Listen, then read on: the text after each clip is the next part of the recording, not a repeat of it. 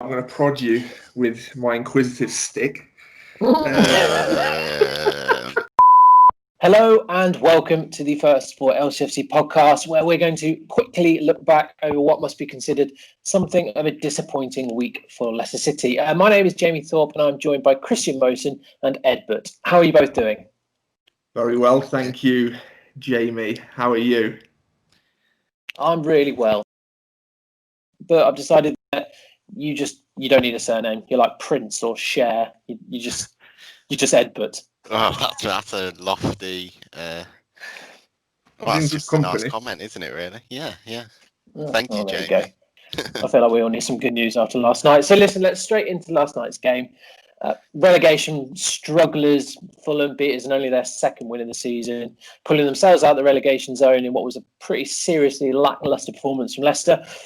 Chris, I presume the notepad was out. You've probably had a good old look into it. But first and foremost, a lot has been said about our shape in that we played five at the back and something that was seen as really negative. Why do you think we did that at home against a team like Fulham? Well, firstly, the trusted notepad is out. It often is out during match days. And then there's certainly notes to go at in order to answer your question. But the frustrating reason we played five at the back is, I guess, to get the team used to the shape, which sort of makes sense, and you can draw certain likenesses. Is that a word? Or familiarities with how Gareth Southgate's doing it with England. But obviously that's an international game, and you understand that they only get together maybe 4 times a year there. So to play against a smaller team in that way makes a bit more sense, so the players get used to it.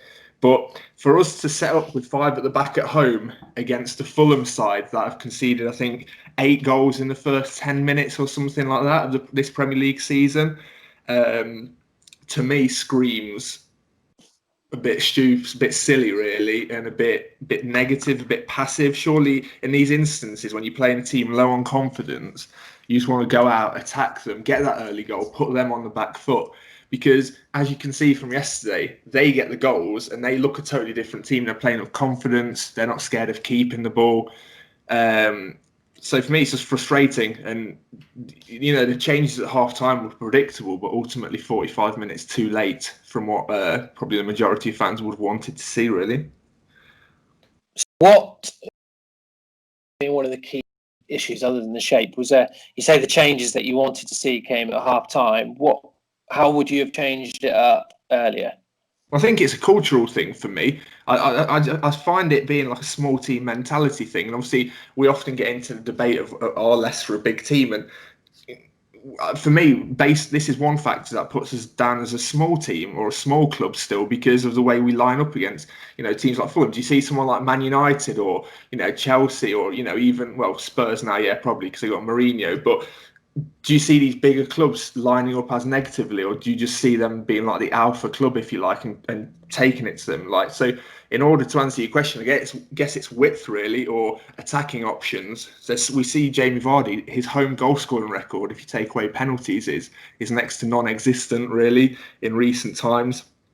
But it's above all else, it's just frustrating. It does reflect that we're not really aspiring to compete with the big six, and we're happy to sort of be regarded as underdogs. So for me to make that next step up, I'd like us to start playing with a bit more ambition and vigour to our game. I think every fan would rather lose to Fulham, given their all, and peppered the goal and their keepers had an absolute blinder, rather than literally failing to register a single shot on target, basically, and going out on a limp performance like that. Is that something that you agree with, Ed? The fact that in many ways the actual performance is even more disappointing, more worrying rather, than the actual result? Well, I'd argue that it was always that team. I know I've said it a million times, and I'll say it again, and I messaged you during the game that this is a hill I'm willing to die on, that no team starting with Pratt and Mendy in is worth turning the TV on for. It's just like they are such solid players, but the creativity is nil, end of. And easy to say in hindsight. I can get why they played the formation, because It's been working relatively well recently. Obviously, given where we are in the league and what we've done in Europe and we're through, so we can't say it's not worked. But you need to think of the opposition. Like Chris said, it's against Fulham. You know they're going to be defensive. Then that formation we played, there's no width in it. Everyone's in the middle of the team. There's no, and we'll talk about Maddison and his performance later, but there's nowhere to pass the ball in the middle. Yet that's where everyone was, and then you're relying on Thomas and Justin, who, whilst very much potential players and could end up there, they're not there yet to offer that width at a high-end Premier League level and be reliable every single time. So it's just like there isn't the room to create anything. So especially when you're playing against a team that had a bank of 5 and a bank of 4, sometimes it was just 2 banks of 5 in front of you. It's inevitable, really. Well, I think that's the thing, isn't it? You've said obviously Justin and Thomas. It can be regarded as a totally different ball game when you've got Ricardo and Castagna. Like, these are 2 players who are ultimately being chucked in at the deep end and almost being made to play a game that they're probably not that used to, or certainly not to this standard. So, I mean, it could be argued that given Ricardo and Castagna, if they were starting, it'd be acceptable. But I don't know, even then, I just find that starting with 3 centre-backs at home against most teams or outside of the top 6 is a questionable decision for me. Because a lot of these teams, like you say, they're going to come and play 1 striker up top. So, and what the other 2 defenders do, like we had 3 centre-backs and you've got Fofana stepping out yesterday, which is absolutely schoolboy defending. He did the same against Braga as well. Obviously, he's a young lad. He's got a lot of potential, but you know, if you've got 2 centre-backs, you sort of man mark, and then you don't have that sort of indecisiveness. But you know, we conceded a cheap goal there. Like you can understand if we concede a goal like that in the dying embers of a game when a team's chasing it and hitting us on the counter attack. But how much time was Lookman afforded? He could have rounded the keeper, obviously slotted it in calmly. But for me, it's not forgivable, that sort of defending at this level. Yeah, it was very interesting listening to Rodgers after the game. I don't know if you saw it, but he said that we're a young side and we've had some very good performances, but evenings like this show the youthfulness of the team, and some of the players played as if they were young players. But in reality, for me, it was 2 of the older players who actually, in Fuchs and Evans, for me, who were culpable. I don't think it's fair to lay the blame at the feet of the young players. I mean, Fuchs in particular, I thought playing him against anyone who's even remotely quick, he was turned inside out. I mean, I don't know what he was doing for the penalty. Yeah, I'm still trying to decipher what he was doing there, because it wasn't like he kicked the player. He sort of just came in a second too late. In general, just arrived at the scene of the crime, so to speak, a bit delayed. And he was going nowhere either. It was quite easy just to basically not make the challenge and watch him run it almost directly out of play. But, I mean, one thing Rodgers also alluded to is that maybe he's playing a back 3 to try and help ease Fofana in. But from when we went to back 4, he seemed pretty comfortable to me, so I'm not really sure what he was thinking about with that. But in terms of the best team then, because we had this debate a couple of weeks back when, you know, obviously we're playing well against the bigger sides. In games like this, should the back 5 therefore be the plan B, do you reckon? I don't even know if it should be that, really. Like, at the end of the day, you look at the team that we put out, and everyone's a solid player, don't get me wrong. I'm not talking about the players on the pitch. It's not like years ago when we were literally fielding pure guff. But, like, who scored any goals this season? Like, obviously people chip in here and there, but look at the starting 11 and take Vardy away. Who's scored and who's created goals? Who's it going to come from? No. Maddison? No. Tillerman's done a bit, but you can't rely on him every game for doing no. Where's it? You could argue that Tillerman's and Maddison on the pitch is more than enough creativity. Like, in the middle. But then where's the space against Fulham? It's out wide. Harvey Barnes, I've not looked at the stats. Surely he's our second top goal scorer this year. Since his joining, has added that pace, and he tries a bit when he comes on and creates stuff. Like this, we need to stretch these teams, and it's just like if everyone's in the middle, as you would when you're a solid defensive side. And let's not even pretend Fulham are a solid defensive side. They're crap. Like, we made them look good. But because we couldn't create anything, because we didn't have the players on the pitch at the time, and when they did come on, especially late on when we were actually got a goal, we looked like actually creating something. But what did you make of Under? Now you mentioned him, is because when my knowledge of him before he joined was very limited, but I expected him to be a sort of an out-and-out winger. Just likes to play as wide as he can and stays there. But I thought he seemed to add more than that to his game. I thought he was our brightest spark in a pretty disappointing performance yesterday. Did you agree? Yeah. I don't think he's the finished product by any means, but he came on, and I genuinely said to myself, like, oh, at least he's trying. Like when he did that shot from the edge of the box and like tried to bend it in that was never going to go in. That's like the shot that somebody makes at 5-a-side and just like, what are you doing? But like at least he cared. Obviously everyone cares, but it's like he had that sort of get up and go, right, I'm going to create something now, and if there's no other options, I'm going to have a shot. And it was a waste in the end, obviously, but I'd rather actually have some shots on goal, because like they were showing the stats all night, and it was like we had like 70% possession and had like one shot on target, whilst they'd had 30 and they'd had like 5 or something when that stats came up. I'm like, cool, you can pass it round in the middle, like, well done, but like let's actually create something. So that sort of, when Bob and came on, perhaps it took a while for them to make the impact that we wanted them to, but at least there was some outlet for creating something that wasn't there for the rest of the game.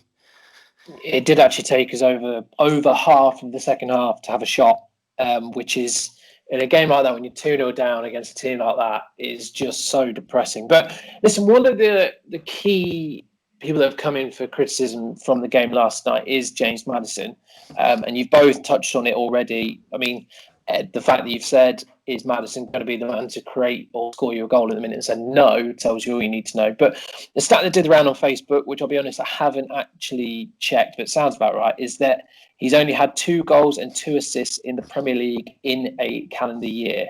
So, Chris, I mean, what has changed? It's not been that long ago that he was being, likened to the likes of Jack Grealish and in line with the England squad. So is he as bad as everyone is making out?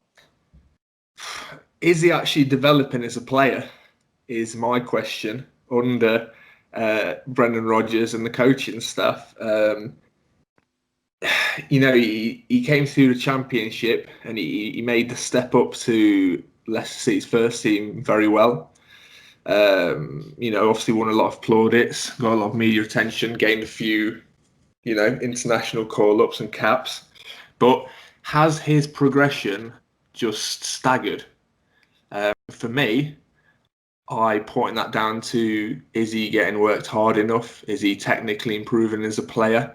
You see players, obviously the obvious comparison is Jack Grealish. I don't necessarily like him being compared to Mason Mount or other players. But Grealish he's at a club who you'd argue have a worse squad, but he's managing to outshine and almost raise the performance of the whole team.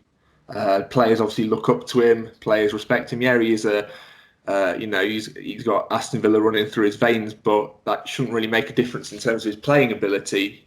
Why is Maddison not doing that for us?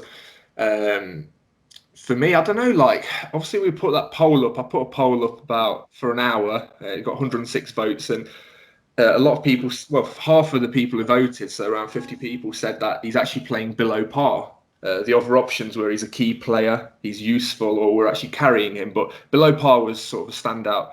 So I guess I put myself in that category as well. I do think he's playing below par, but for me, that's because he's we can't really. We're playing him through the middle, and because when he was playing out wide, people were saying, "Well, maybe that's wide," but I just don't feel like when he gets the ball, he's going to make something happen. He is also one of them players who will sooner pass the ball on. I was watching him. It's hard to see when you're watching it on TV because obviously the camera sort of plays it a lot clearer. But I'd like to just watch him on like a player cam because for me, he doesn't look like he wants to find space. Sometimes it's frustrating. Like there's a pass on, but he's almost like hiding behind a player. And I'm not saying he's hiding intentionally, but I just don't think he's as intelligent as other players like Grealish are just getting into that pocket and quickly turning and moving the ball on, like getting the ball on the half turn and looking forwards. For a creative player, that is something that's key. And then another thing is he takes on a lot of shots. How many of those shots actually hit the target? I think there was one in added time yesterday. It just went straight over. For me, he's quite a way off where he should be at his stage of his career now. Well, it's a fair assessment. I think I mentioned to you before we started recording that do you think the opinion would have been the same following the Braga game where he was, I thought, one of the best players on the pitch. But the stats, they don't lie. And I think the fact that he's not registered an assist in the league this year and you're going back until December last year is not particularly great. But to be on the other side of that, he has been struggling with injury since then. The whole team were poor from December until the end of our disjointed season. So perhaps he suffered with that. I mean, Ed, do you think that he is somewhat unfairly criticised because he is quite high profile and because he was put into the England setup, or do you think that it's justified? I'm willing to make some defences here. Obviously, a clear one is the fact that he was injured for a lot of the time, which naturally means he's going to have worse stats on paper. We also were very rubbish as a whole team through large parts of the end of last year, so you can sort of put a line through that. So were Villa, though. Well, so were Villa. But I would argue, again, I'm going to keep saying this point, that it's about the shape. It's like he role in the team is naturally the creative person to put the through ball for Vardy or for anyone out wide who can then get it in the box. However, when we're playing with like 4 centre mids all in a similar area, there's no room. A, there's no room for him to move or find space, and then B, there's no actual runners out wide for him to try and find. Now, we did try to get some forward balls in the last game, though I'd love to see what his forward pass success rate was, because I don't suspect it was particularly high. But again, I think like the system, it doesn't work for him. And this sounds odd because not too long ago when we did our best team, me and Chris, we both said we'd put 5 at the back, but it's just not working. Like, we need the width, we need the space if we want him to be at his best, as well as to be an attacking threat generally out wide. And, trying this 5 at the back, maybe it's being used now because we have had all these defensive issues. And it's just like a stopgap, but I do think it's sort of quelling his attacking flair and creativity. Another thing is, though, which I can't forgive at professional level, is set pieces, right? So he's our primary set piece taker, but Leicester City scored 0 goals directly. Well, not directly, but as in assisted or directly, I think, from obviously a free kick or a corner this season. So you look at players like James Ward-Prowse, who is obviously spends Jamie's a lot of time. Boyfriend. Yeah, spends a lot of time, and he's very good at his set pieces. And you can see how critical they are to a team. Obviously, Southampton went and threw away a 2-0 lead, but you can see obviously he had a hand to play in both of those goals, and I'm sure he has in numerous other goals over the past calendar year. But what? He's not even. Can you not get good at corners or free kicks, or just do something that if you at least perfect a skill set and maybe build confidence that way? Because I don't see how you can vouch for, say, not beating a player at the near post from a corner or or being wasteful from a set piece. It's, for me, obviously not as a professional, it just seems like a very straightforward skill that you should be able to master, really.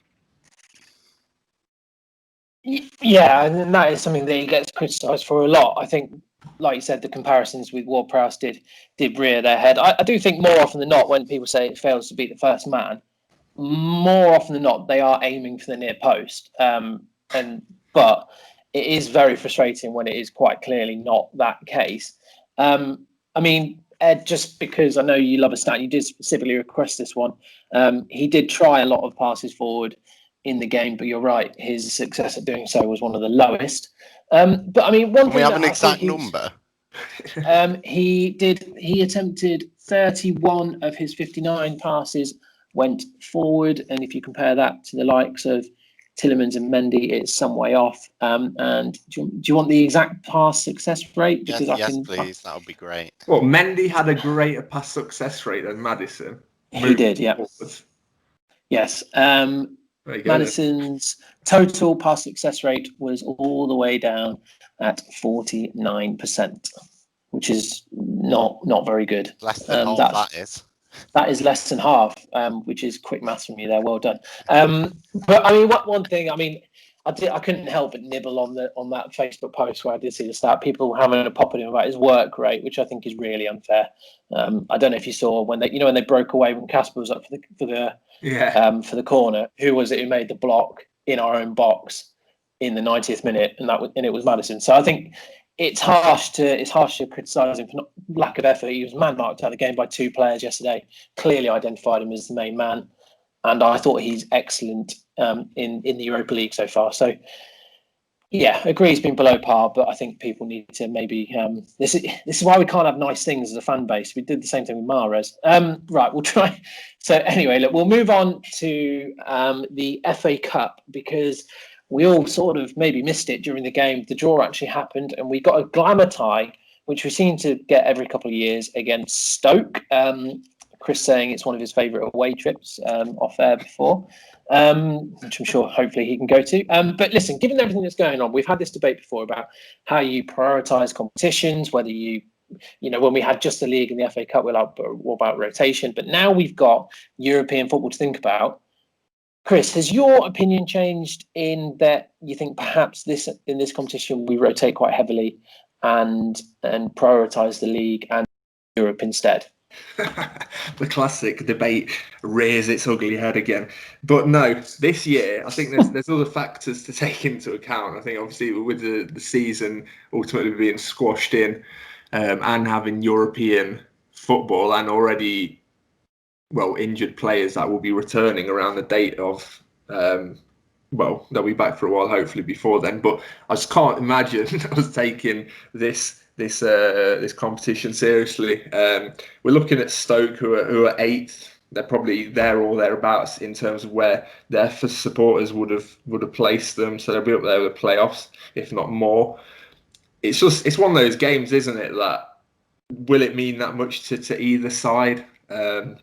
You're going to expect changes on both teams. So, to answer your question, I'd obviously rather do well in Europa League than the FA Cup. But then the obvious retort would be that if a lot of teams don't take the FA Cup seriously, then you've got a good chance of winning it. But there'll be teams like Man City who they've got such a rich depth of squad that they're going to go deep into it anyway. So you could go all the way to the final and get battered by them potentially. So for me this year, I'm happy. If Brendan's listening, I'm happy for you to field a weaker squad, providing that we don't play 5 at the back against some Ukrainian farmers in the Europa League. I'm certain he is an avid listener to this podcast. So you heard it here first. Rotate heavy in the FA Cup, Brendan. Thank you very much. Ed, normally this would be the point where you come in and disagree with Chris because he said no, go all out for the FA Cup. But I suppose you don't need to do that because he's changed his mind. No, he's actually said and thought something, rational, logical. It's a nice, change of tune from him. First. Yeah, I'd literally. How many subs are you allowed in the FA Cup? I think that one's still 3. It's they've 5 in Europe. They've got concussion Name substitutes, on the though. bench. That's great. Is it 5 or 7 on the bench? I guess what I'm trying to say, I'd literally make 16 or 18 changes depending on bench size, and just stop wasting your time. Like, put your legs up, feet up, even. And what's the point? Like, I don't care. I don't care at the best of times. We've already shown that we're pretty useless. Like the week after a Europa League game. So, like, what's there to? Oh, I love a cup run. Yeah, well, we're going to do that in Europa League, so chill out. That's what I'm going to say.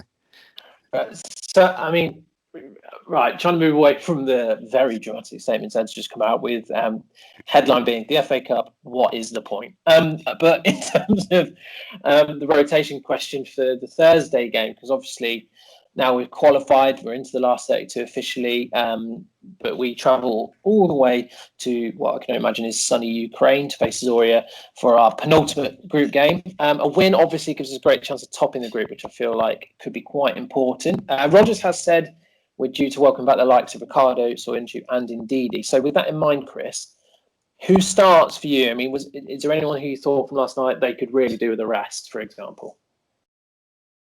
Who could do with a rest?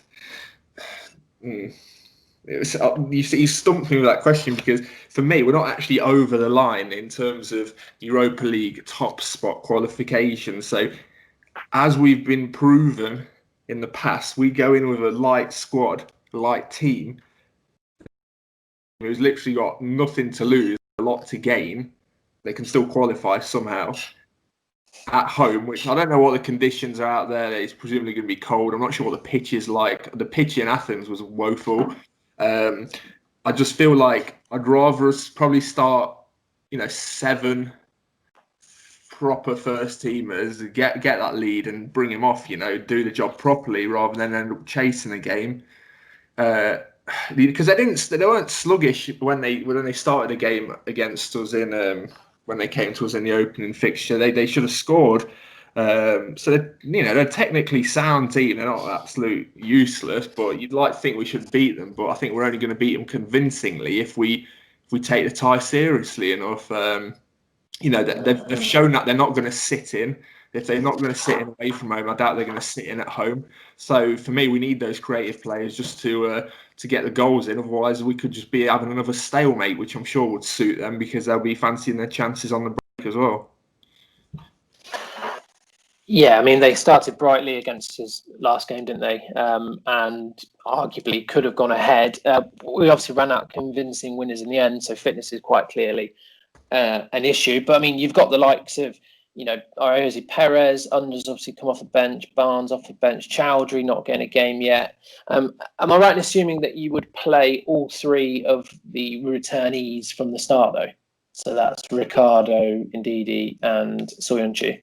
Oh no, sorry. Did you actually ask that, or did you just say who would I rest from the last game? You think about your questions, Jamie, because don't think you asked that question. So it's another question. Oh right, so I thought you were still plugging away like. Guys, you're embarrassing yourself. Jesus. It's a follow-up question, Chris. Keep it going. It's a dynamic, flowing podcast. You know what I mean? I wouldn't start any of those 3 players probably, because that for me wouldn't be fielding. But then again, it could fall into the argument of not fielding. They could be one of the 4 players I refer to that are not a first teamer, if you like, from what we're used to seeing. So yeah, I guess because the fact Ricardo's played in the under-23s, I'm not sure how many minutes he got there. Was it an hour or so? I wouldn't be surprised if he starts, but that's the thing. If you don't start Soyuncu, I don't really see us bringing a centre back on unless we're like cruising. So he might just not get any minutes. And then Ndidi, I guess you can bring a player in his position on at any point in the game. So my prediction in this efficient, flowing podcast would be that Ricardo starts, Soyuncu doesn't get any game time, and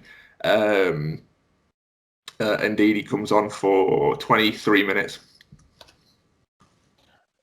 I mean, all I'm going to say is I'm not sure I'd want to be one of those sat on the bench. Having given a quick Google, the weather is going to peak at temperatures of -2 degrees on Thursday over in Luhansk. That's balmy. They I mean, play in Ed, do Kiev, you I agree? think, just for the record. There's a war going on. Ed, do you agree? Is that what you think? I would start all the returners, and I would make 11 changes. Like, Oh yeah. I just would. I think we're better. We've made changes there anyway. It's near enough done. Even if we completely mess this up, we have got another game to guarantee, if I can get my words out, to guarantee top of the league. So it's just rotate. Stop. We're causing more trouble than is needed. Get the minutes in the legs of the first teamers back. Then they won't play at the weekend, but they've got minutes in. Rest the people who will play in their position at the weekend, and then give some of the, the likes of Chowdhury minutes. Get Barnes and Under, get them playing out wide. Give them an hour so they can come back in, start in the next game. I don't know who else. Give Thomas some more minutes because he'll probably be dropped once the first team fullback. See, Iheanacho, he came on and did all right the other day. Give him a start. Give Ward. He's had nothing to do recently. Schmeichel needs a rest. It's probably tiring having to pick up your ball out the net so often. Oh, he's probably shattered from running the length of the pitch. By the time he got back to our goal, he was running in treacle. I was waiting for him to appear on the TV screen, and it did seem that way. He was laboured. We just kept looking, going, any minute he's going to appear. Surely he's making his way back. I was like, where's he got to? What's he doing? Because Mitrovic isn't the fastest. No. They really made such a mess of that attack. I was thinking this, let's face it, if he kicks it, he's realistically not going to score. He's just giving possession back. And I don't know what that note that Parker gave to that lad on the pitch, but inevitably, I believe it had words to the value of do not give possession away cheaply. Yeah, I bet it said, if we have an open goal, do not shoot. Try and pass it in. Mate, if you wait until there are people in the way. There's no way you're going to score from there running with the ball. Just kick it, play rugby, punt it into the corner. Yeah, hope for a nice bounce and play the territory. This is crafty. I mean, yeah, that's tactical insight again. This is what we bring in the podcast. Right, I mean, do you want to put some predictions down then? I mean, we all got it wrong yesterday, obviously. I think I did say a draw, and I thought that was really, really pessimistic. But Thursday, come on, let's be positive. What do you reckon? Chris, you go first because you're winning, I think, in a minute. Away in Ukraine, it has to be a win, doesn't it? I mean, if you get anything less than a win there, you've had a bad night in the office. Are we going to convince him? I think it would be similar to the Athens match. I'm going to go with something like that. So I just think they will score though, because that's us at the moment. Let's go for 3-1 Leicester with. First goal scorer is obviously hard to say. Probably Iheanacho because he's probably going to start. So 3-1 Leicester. All right, convincing win. Ed, what do you reckon? 2-0, and I will go for Harvey Barnes, first goal scorer. Oh yeah. I don't think we'll keep a clean sheet, but so I will give you 4-1 because I'm feeling optimistic, and I think it'll be Big Ian scoring first as well. So that's a full house of wins. Let's hope that we are right. Breaking news is that Fafana has decided to dye his hair back, according to Twitter. So that's good because he's been garbage. Yeah, that's obviously the problem here. It's the colour of his hair. So, I mean, it's not at this point. Any other business, lads? Anything else that you want to discuss, add, or question? I do have. I'm going to prod you with my inquisitive stick. Squeeze me. Right, back on track. Family show. Yeah. Okay, so obviously Leicester is going to be in tier 3, so this isn't necessarily relevant. But I was listening to Talksport earlier, and Chelsea are charging £75 a ticket for their limited 2,000 supporters. What's that, a net about £120,000?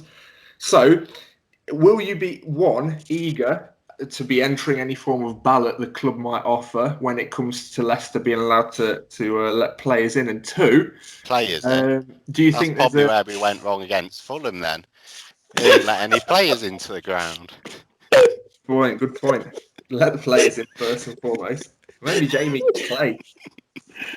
Yeah, I was the guy that everyone thought was Maddison. Yeah. So, well, I think the Leicester are a reasonable club, so I think they will only charge whatever the standard fee is. Or maybe that is a standard fee for Chelsea, you don't know, do you? But ultimately, I say, are you eager to return? And yeah, are you willing to pay maybe a premium price for the pleasure? I'm actually of the opinion that until it's full, or at least a reasonable percentage full, I'm not particularly keen to go. I mean, I've been to some friendlies and stuff in the past. I know there won't be friendly games, but when there's a really low attendance, or when you go back to almost in the bloody Johnson way back when, it's just a bit rubbish and a bit flat. And regardless, you're going to have a weird mix of fans. So you're not exactly going to have like the singing section like you have at the moment, or you block your L1 blocks creating all the noise. It's going to be a strange mix. I don't know where they'd sit you. Would they put you all in one corner? Probably not, because they're going to have to space you out a bit. I just think it's going to be a bit of a sterile way to go and watch football. And I know this might sound a bit negative and probably a bit old manish, and I'm opening myself up for criticism, but I'd almost rather watch it on TV. Yeah, exactly. Walked into that one, but I think I'd almost rather watch it on TV, and asking fans to pay 70 quid for the game is at this current time in this climate, when, like you said, it's 120 grand, which to a club like Chelsea is actually not going to be a huge amount of money. I think that's actually taking the piss, to be honest. I think that they fiery language. I think oh god, don't you get me? I think that they should. I think that they should be coming in for a lot of criticism for that. That seems that they're taking advantage of the situation. I think there is a certain disjoint between obviously a club's PR team and sort of the average supporter, isn't there? Like, in terms of, like, do they not realise like they could literally half the cost of that, and what it do in their PR sense is worth more to them than obviously the £70 that they're charging. But for me, I think it was Bielsa who came out on record and said that, is there any point, like, will it actually grant an advantage to a team having 2,000 supporters who, if you follow the restrictions, who aren't allowed to stand up, they're basically not allowed to, like, speak or shout or anything.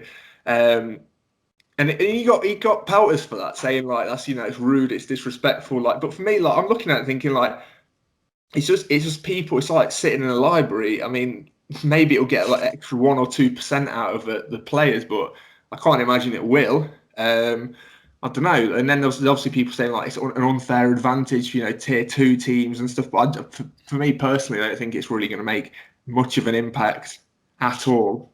No, I agree. I just think it'd make it slightly eerie in a lot of ways. Like I said, that when they initially brought out the guidelines that you can sing or shout or have a drink, I mean, why? What's the point? Why would you go? Like, do you know what I mean? That's what fans go for. Chris and I have been to some of them, like the development squad games at the King Power. And I imagine the attendance for them is probably similar to what you'd be allowed at a game like this. Yeah, we do the scout unofficially for ourselves. But yeah, it's just a bit crap. Like what's the atmosphere like there? Well, there isn't really one. I think it's more for it's more for people who are sad and have nothing better to do, or parents. I